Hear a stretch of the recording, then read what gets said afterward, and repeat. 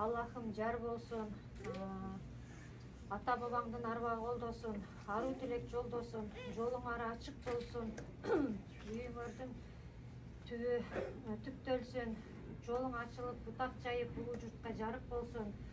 Жубайың экөөң эки баш эмес, бир баш болгула, эки жүрөк эмес, бир жүрөккө айлангыла. Ачууң келгенде сабырлуу болуп, кыйынчылык келгенде ынтымакта болгула. 7 күнүңөр бейиш болсун, 7 күнүңөр жеңиш болсун. Жаратканын өзү колдосун. Амин. Эсен аман барып ойноп келгиле. Амин.